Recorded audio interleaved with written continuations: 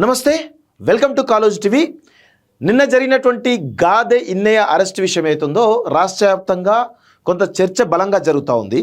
అయితే మావోయిస్టులకు సంబంధించినటువంటి అంశాలు ఏవైతే ఒక మీటింగ్లో మాట్లాడిండో ఆ అంశాలు అభ్యంతరకరంగా ఉన్నాయి. అదేవిధంగా అటు మావోయిస్టులకు సంబంధించినటువంటి నక్సలిజాన్ని ప్రేరేపించే విధంగా ఉన్నాయనే కోణంలో ఎన్ఐఏ పోలీసులు నిన్న గాదె ఇన్నయ్య ఆశ్రమం ఏదైతే ఉందో జఫర్గఢ్లో, వరంగల్ జిల్లా జఫర్గఢ్లో ఉన్నటువంటి ఆశ్రమానికి వెళ్ళి అక్కడ కొంతసేపు సోదాలు జరిపి గాదె ఇన్నయ్యను అరెస్ట్ చేసినటువంటి విషయం నిన్న తెలంగాణ సమాజం అంతా కూడా చూసింది.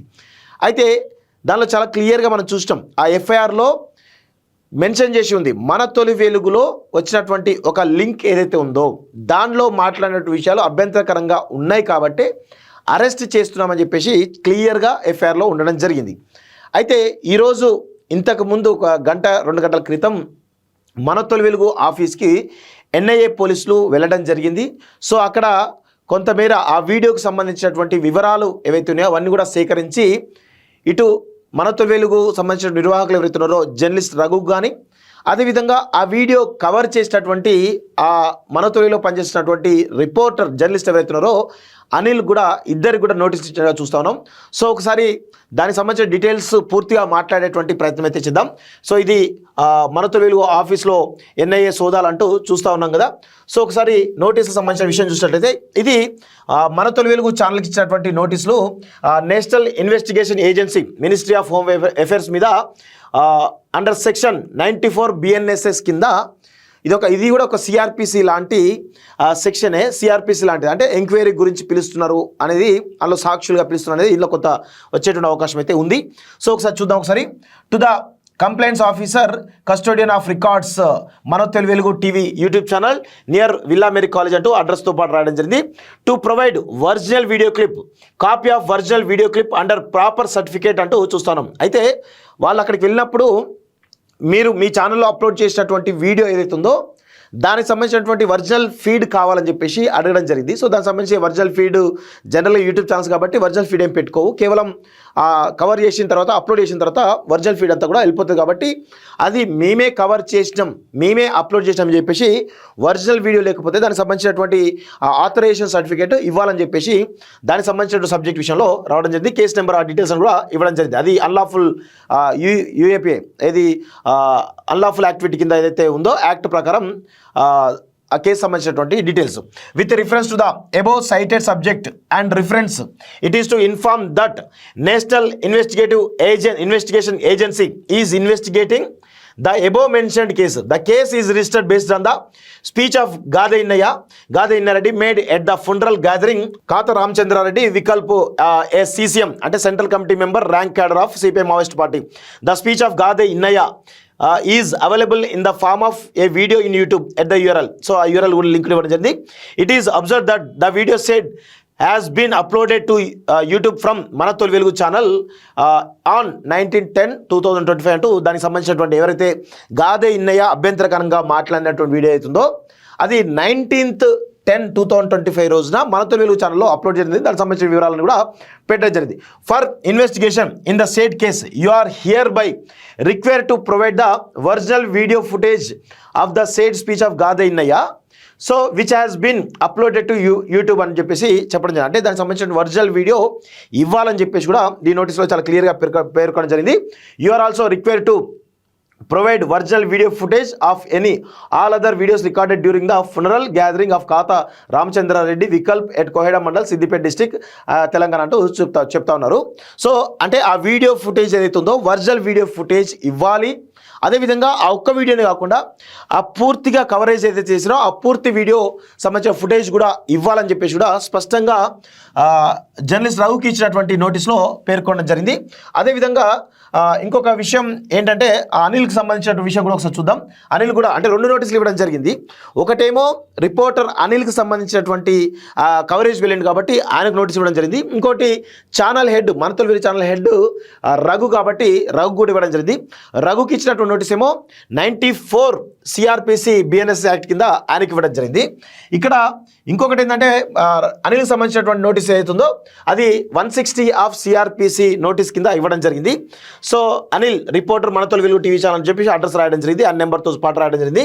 So case details NIA police station Hyderabad FIR number ఇదంతా ఇవ్వడం జరిగింది. సో దీనికి సంబంధించినటువంటి కేస్ డీటెయిల్స్ ఇచ్చిన తర్వాత whereas it appears that you are acquainted with the facts and circumstances of the case cited above, you are hereby directed to appear before the undersigned 23/12/2025 3 o'clock అంటే రేపు మధ్యాహ్నం 3 గంటలకు ఎన్ఐఏ ఎక్కడైతే Hyderabad branch ఉందో అక్కడికి వచ్చి మీరు అక్కడికి వెళ్ళిన ఎక్కడికైతే ఫునరల్ వెళ్ళారు కదా ఖాతా రామచంద్రారెడ్డి అని చెప్పేసి అక్కడ వెళ్ళినప్పుడు మీరు ఎలాంటి వీడియోస్ తీయడం జరిగింది, అక్కడ ఏం జరిగింది అనే కొనలో కొంత కేసు ఇన్వెస్టిగేషన్ మంచి సాక్షి రూపంలో ఆయన పిలుస్తున్నట్టుగా ఎంక్వైరీకి పిలుస్తున్నట్టుగా చాలా స్పష్టంగా ఈ నోటీసులో పేర్కొనడం జరిగింది.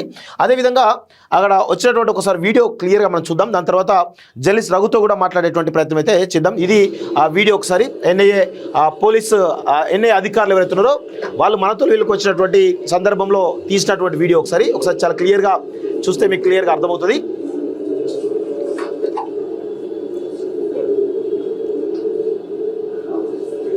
సో గాదే ఇన్నయ్య ఏదైతే అన్లాఫుల్ యాక్టివిటీ మావోయిస్ట్కి సంబంధించినటువంటి ఏదైతే యూఏపీఏ యాక్ట్ కింద ఆయన నిన్న అరెస్ట్ అయిందో దానికి సంబంధించినటువంటి కేసులో భాగంగా ఈరోజు ఉదయం అంటే దాదాపు 12-11 గంటల ప్రాంతంలో మనతోలు వెలుగు ఆఫీస్కి ఎన్ఐఏ అధికారులు వెళ్ళి ఈ కేసు సంబంధించినటువంటి ఏవైతే వీడియో ఫుటేజ్ ఉందో దానికి సంబంధించిన వివరాలు సేకరించే ప్రయత్నం చేస్తున్న భాగంగా ఒరిజినల్ వీడియో ఫుటేజ్ కావాలని అడగడంతో పాటు దీనికి సంబంధించినటువంటి వీడియో ఏదైతే ఉందో దానికి ఆథరైజ్ సర్టిఫికేట్ అదేవిధంగా కొంత ఎంక్వైరీ రావాల్సిన అవసరం ఉందని చెప్పేసి ఎవరైతే కవరేజ్కి వెళ్ళినరో మన తెలుగు జర్నలిస్ట్ ఎవరైతే ఉన్నారో అనిల్తో పాటు మన తెలుగు వెలుగు ఛానల్ సంబంధించిన నిర్వాహకులు ఎవరైతే ఉన్నారో రఘు కూడా నోటీసులు ఇవ్వడం జరిగింది. దానికి సంబంధించినటువంటి వీడియో ఫుటేజ్ ఒకసారి మీరు స్క్రీన్ మీద చూస్తూ ఉన్నారు. సో పూర్తిగా మరి ఈ కేసులో ఇంకా లోతుగా పోతున్నట్టయితే చాలా స్పష్టంగా అర్థమవుతుంది. దీనిలో రఘుకు సంబంధించినటువంటి ఏవైతే కేసు డీటెయిల్స్ ఉన్నాయో అంటే ఆ ఎంక్వైరీ సంబంధించినటువంటి ఏవైతే ఉందో దానికి సంబంధించి కూడా ఆయనతో మాట్లాడేటువంటి ప్రయత్నం అయితే చేద్దాం. ఒకసారి చాలా క్లియర్గా వీడియోలో మొత్తం పూర్తిగా డీటెయిల్స్ అయితే ఇవ్వడం జరిగింది.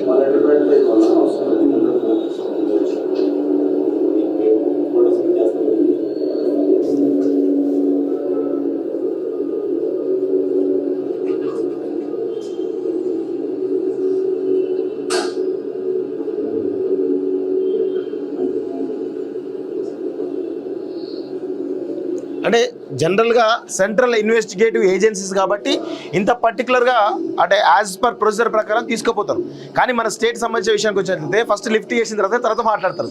సో సెంట్రల్ ఇన్వెస్టిగేటివ్ ఏజెన్సీస్కును ఈ రాష్ట్రంలో ఉండేటువంటి పోలీసులకు ఉండేటువంటి డిఫరెన్స్ ఒకసారి చూస్తే క్లియర్గా అర్థమవుతుంది. ఎందుకంటే ఏ కేసు అయినా కానీ యాజ్ పర్ లా ప్రకారమే వీళ్ళు యాజ్ పర్ ప్రొసీజర్ ప్రకారమే సెంట్రల్ ఇన్వెస్టిగేటివ్ ఏజెన్సీ అని కూడా చేస్తూ ఉంటారు. అది సిబిఐ కావచ్చు, ఎన్ఐఏ కావచ్చు, లేకపోతే ఈడీ కావచ్చు, యాజ్ పర్ ప్రొసీజర్ ప్రకారం మూవ్ అవుతూ ఉంటారు. ఎక్కడ కూడా మిస్టేక్స్ చేయరు. కానీ స్టేట్ పోలీస్ మాత్రం దీనికి భిన్నంగా ఉంటారు. ఫస్ట్ లిఫ్ట్ చేసిన తర్వాత ఒక వన్ డే టార్చర్ పెట్టిన తర్వాత కోర్టులో సబ్మిట్ ఇవన్నీ కూడా జరుగుతూ ఉంటాయి.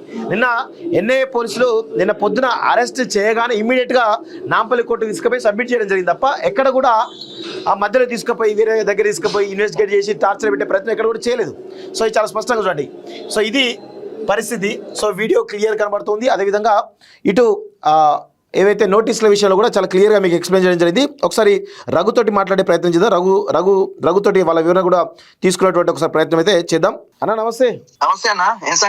ఏం సంగతి మొత్తం మీ ఆఫీస్కి ఎన్ఐఏ వాళ్ళు అధికారులు వచ్చారని నిన్న అంటే అది నేను అనుకోవడం అందులో పెద్దగా మనం ఏదో షాక్ గురవ్వాల్సింది అయితే నాకేం అనిపించలేదు. ఎందుకంటే ఓకే ఇప్పుడు ఎంక్వైరీలో భాగంగా ఒక వీడియో మీద ఆర్ ఒక వస్తువు మీద అంటే దాన్ని బేస్ చేసుకుని ఒక ఎఫ్ఐఆర్ ఫైల్ అయినప్పుడు ఓకే ఆ వీడియో ఎక్కడి నుంచి వచ్చింది, ఆ వీడియోకి ఉన్న ఇదేంటి అన్న దాని మీద కూడా ఉంటది కదా. అవును అవును అవును ఇన్నయ్య గారి కేసులో మన తొలి వెలుగులో అప్లోడ్ అయిన వీడియో మీదనే వాళ్ళు కేసు పెట్టారు. 16 నిమిషాల 40 సెకండ్ల వీడియో మీద. అవును అవును సో వాళ్ళు వచ్చింది ఏంటంటే ఈ వీడియో మీ ఛానలేనా, మాకు రా ఫుటేజ్ కావాలి అని అడిగారు అనమాట. ఆ సమన్స్ లో అదే ఉంది. ఓకే ఓకే సో మేమేమన్నామంటే మాకు ఆ ఫుటేజ్ అనేది అంటే మన శాటిలైట్ ఛానల్స్ అంటేనేమో ఒక 2-3 నెలల ఫీడ్ వాళ్ళ దగ్గర ఉంటది. సో మన దగ్గర ఒక చిప్ లో రికార్డ్ చేసి దాన్ని అప్లోడ్ అయినాక మనం ఆటోమేటిక్ గా డిలీట్ చేస్తాం. సిస్టమ్ లో కూడా ఉండదు. అవును అవును అవును సో మేము అదే విషయం చెప్పినాం. చెప్తే సరే మరి మీ యూట్యూబ్ లో చేసిన వీడియోని డౌన్లోడ్ చేస్తాము, దాన్నే సర్టిఫైడ్ చేసి ఇవ్వండి అంటే దానికి ఏమి ఇబ్బంది లేదు, ఆ వీడియో మాదే, మా దాంట్లోనే ప్లే అయిందని కూడా చెప్పడం జరిగింది. ఓకే. సో దాని తర్వాత దానికి మనకి ఇచ్చిన నోటీస్ ఏంటంటే 91 సిఆర్పిసి, 94 సిఆర్పిసి ఒకటి, 160 సిఆర్పిసి రెండు ఇచ్చినట్టున్నారు. 91 సిఆర్పిసి నాది, ఇంతకుముందు సిఆర్పిసి, ఇప్పుడు 94 బిఎన్ఎస్ సార్. రైట్ రైట్, అవును అవును. అది ఓన్లీ సమన్స్ అన్నమాట, అంటే మీ ఏదైనా ఒక వస్తువు కానీ ఆర్ వీడియో ఆర్ సంథింగ్ మీ దగ్గర ఉన్నది మాకు ఇవ్వండి అని. ఓకే. ఇంకోటేమో అనిల్ కి ఇచ్చిందేమో 160 సిఆర్పిసి. ఓకే, అంటే మొత్తం 2 నోటీసులు ఇచ్చారు. అనిల్ కి ఒకటి ఇచ్చినారు, నాకు ఒకటి ఇచ్చినారు. Okay okay. అయితే అనిల్ ఏంటంటే, అనిల్ ఇప్పుడు రిపోర్టర్ ఎవరు వెళ్ళారు అక్కడికి అని అడిగారు. అవును. రిపోర్టర్ నేనే వెళ్ళానేమో అనుకున్నారు వాళ్ళు, నేను వెళ్ళలేదండి, అనిల్ అని వెళ్ళాడు. ఓకే.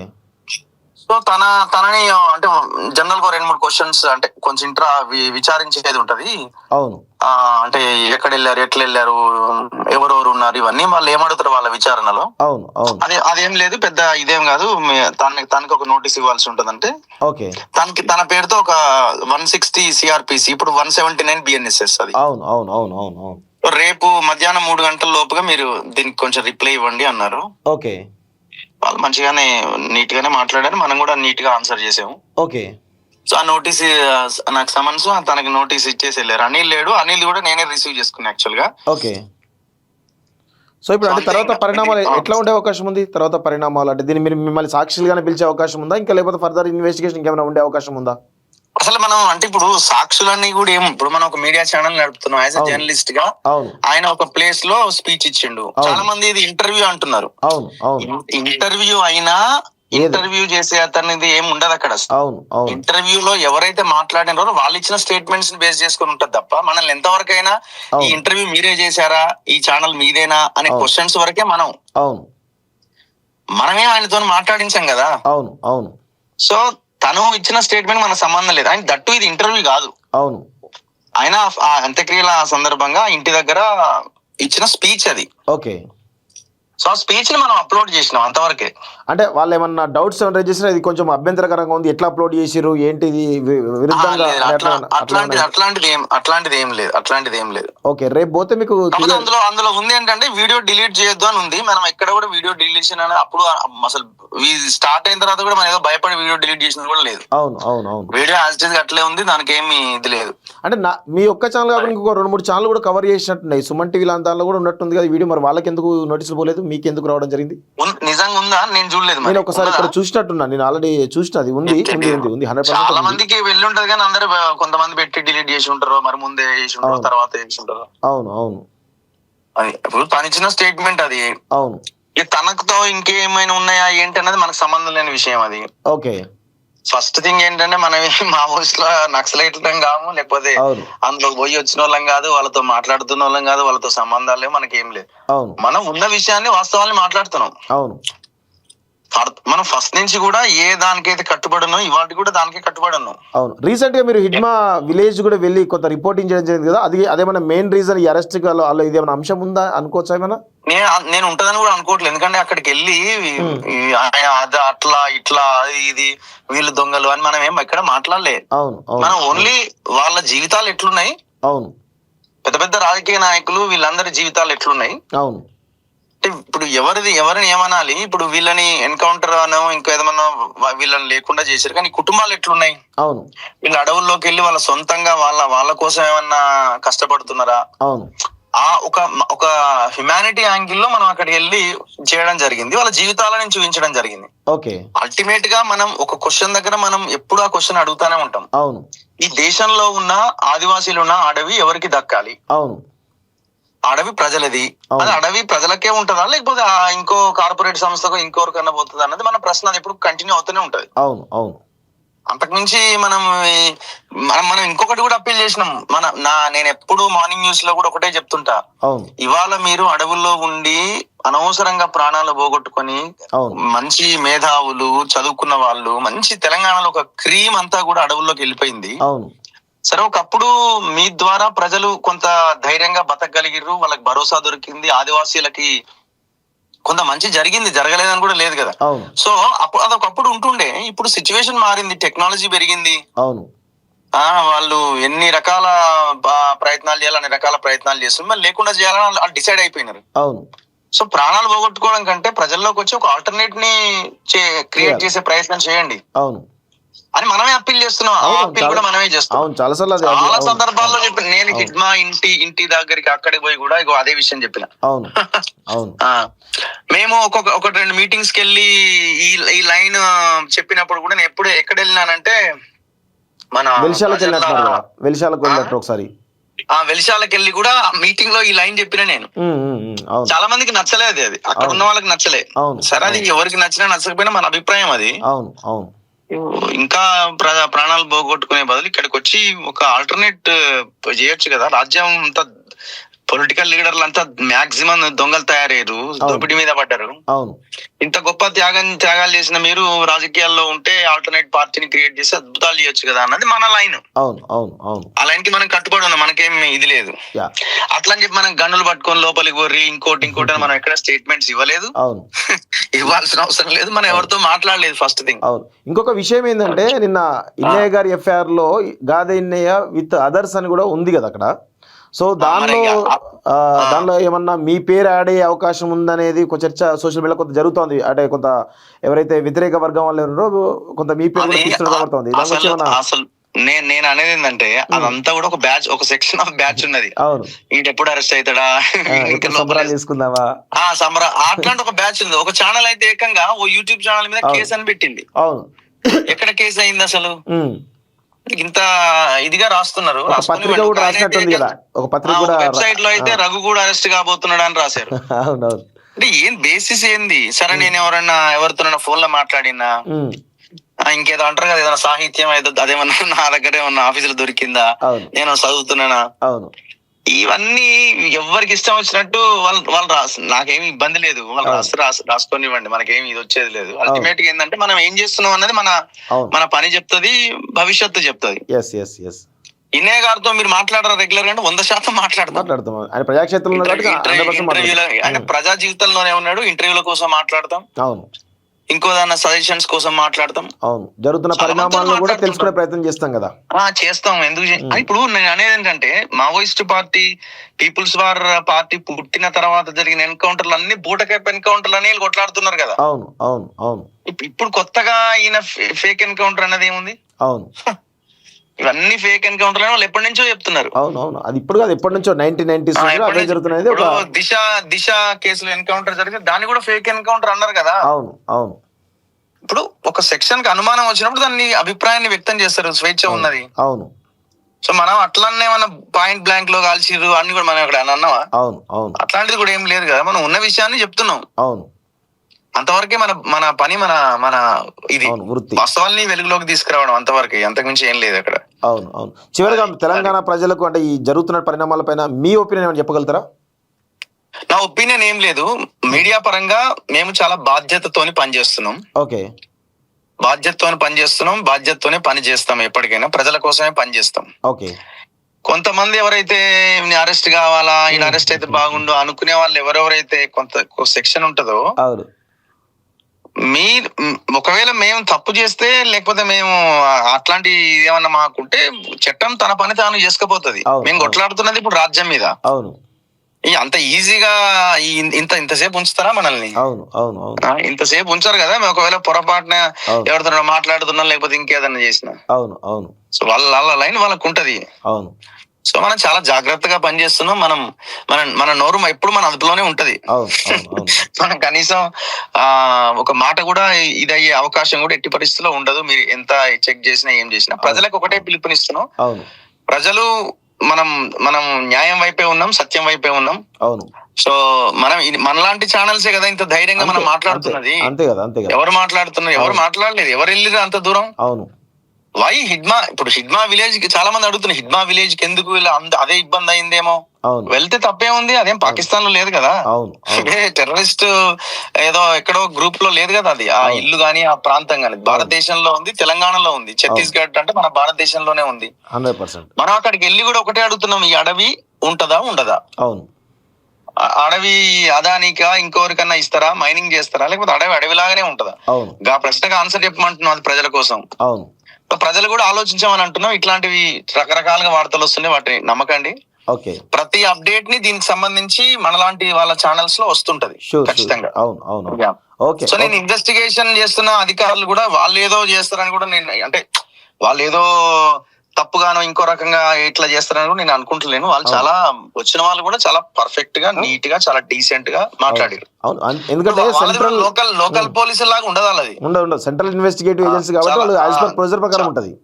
ప్రొసీజరల్ ల్యాబ్స్ లేకుండా వాళ్ళు చాలా పకడ్బందీగా ఉంటది. అవును అవును అవును అవును. ఓకేనా, ఫర్దర్ గా ఇంకేదన్నా అంటే ఇక మనం నెక్స్ట్ జరిగేది ఏంటన్నా మనకు తెలియదు కదా. అవును, ఇక రేపు మీ ఎంక్వైరీ అయిపోతే తెలుస్తుంది ఇక ఏమైనా అప్డేట్స్ ఉంటాయి. అంతే. Okay okay okay, thank you very much. So ఇది మొత్తానికైతే రఘు తను ఏదైతే జర్నలిస్ట్ ఫీల్డ్ ఏదైతే ఉందో ఆ ప్రకారం మాత్రమే, ప్రజల కోణంలో ఏదైతే ఉందో ఆ కోణంలో మాత్రమే నేను అన్ని స్టోరీస్ కూడా చేయడం జరిగింది. ఒక ఇన్నయ్య గారు మాట్లాడినటువంటి ఏదైతే ఆ ఈవెంట్ ఉందో దాన్ని కవరేజ్ చేసి అప్లోడ్ చేసిన తప్ప అదేదో నేను ఇంటర్వ్యూ చేసింది కాదు, లేకపోతే ప్రేరేపించినటువంటి అంశం కూడా కాదు అనేది కూడా చాలా స్పష్టంగా చెప్తున్నారు. తనకు వచ్చినటువంటి నోటీసులు కూడా కేవలం ఎంక్వైరీ ఏదైతే ఉందో దానికి సంబంధించిన నోటీసులు మాత్రమే, కానీ మిగతా నోటీసులు కాదు. అది క్రైమ్కి సంబంధించిన విషయమో లేకపోతే ఇంకేదో సంబంధించిన విషయమో కాదు. గాదెన్య విత్ అదర్స్ అని ఉన్నారు కదా, అందులో కూడా ఉండకపోవచ్చు అనేది కూడా చాలా స్పష్టంగా రఘు చెప్తున్న విషయం అయితే కనబడతా ఉంది. చూద్దాం మరి ఇంకా ఈ కేసులో రేపు మధ్యాహ్నం 3 గంటలకు ఇటు జర్నలిస్ట్ రఘు కానీ లేకపోతే అందులో పనిచేస్తున్నటువంటి జర్నలిస్ట్ అనిల్ కూడా ఇద్దరు NIA నేషనల్ ఇన్వెస్టిగేషన్ ఏజెన్సీ ఆఫీస్కి వెళ్ళి మరి అక్కడ ఎలాంటి వివరాలు ఇస్తారు ఏంటి చూడాల్సిన అవసరం అయితే రేపు కూడా దీనిపైన పూర్తిగా కవరేజ్ చేసే ప్రయత్నం అయితే చేద్దాం. చూస్తుండండి college TV. Thank you very much.